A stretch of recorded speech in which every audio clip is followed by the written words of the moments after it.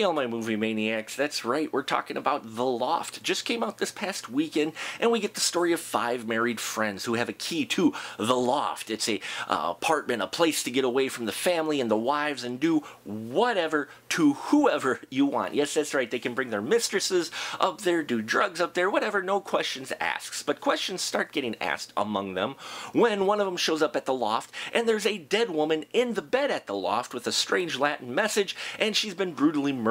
And soon we see how these 5 friends start questioning one another to see who actually did this brutal murder and how they're going to handle this situation in The Loft. Director Eric Van Looy brought us the first version of The Loft, and it was in Belgium. And here, it's same story. So I guess, and this is the 3rd time the screenwriter Bart DePauw has brought this film, has written this film. So I guess 3rd time is trying to be a charm.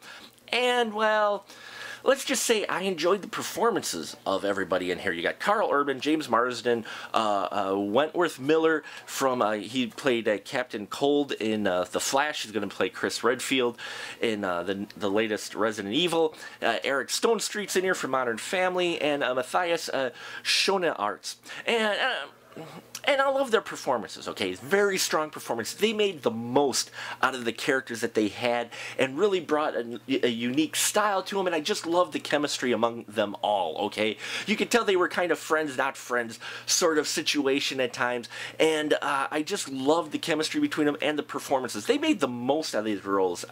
They really did. Strong acting by all. I really enjoyed Carl Urban's performance especially, so there were no weaknesses there. As far as the concept of the film goes, I like that, kind of Hitchcockian. You know, you had a lot of material here, a lot of different directions they could go with it. Unfortunately, these characters that were written, none of them are likable. None of them do anything redeemable. All honesty, none of them.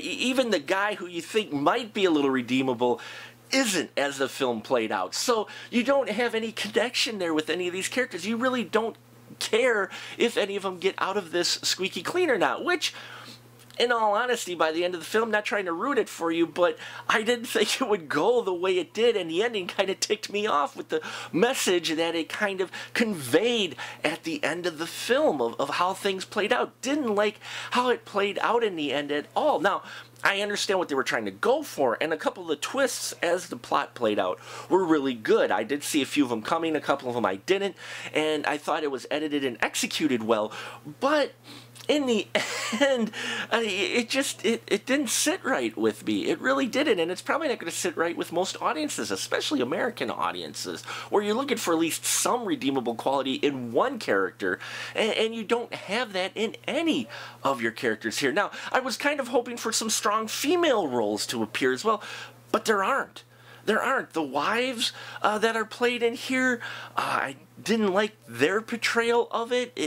They had opportunity here to really have some strong female characters in here, but they're not either. So there was an opportunity wasted there for taking it an angle and have some really strong female roles in here, but I really didn't feel any strength from any of these females. Don't get me wrong, they were performed well, but it's just the way the film was written for their the way their roles were written that just I thought it had opportunity to be better. Now it is rated R, so we are dealing with mature content in here, so I give them props there for not holding back with a PG-13 rating on here. And but in general, this film just comes up short in many ways, and it's sad because it had a lot of potential to be a really great film instead of just kind of their film, which, you know, with all these actors in here as well, you'd think they could have done better. So you can see why that was delayed and released and why they released it in January. I only gave it 2.5 stubs, okay? Middle of the road. I did like the cinematography in here and the editing in here, but really the backbone of this film, the script, just comes up short in a number of ways in their character development and what they could have did with these characters, and that really put me off to most of the film. So let me know what you thought of The Loft. Was it good? Was it bad? Did you feel it was really really masculine, and did the ending tick you off? So please leave your comments down below. Love to hear your thoughts on The Loft. Thank you so much much to each and every single one of you out there, all my subscribers. We're gaining subscribers every day, and it's because of your support that I continue to do this. I appreciate it all, and until next time, folks, keep that ticket stub.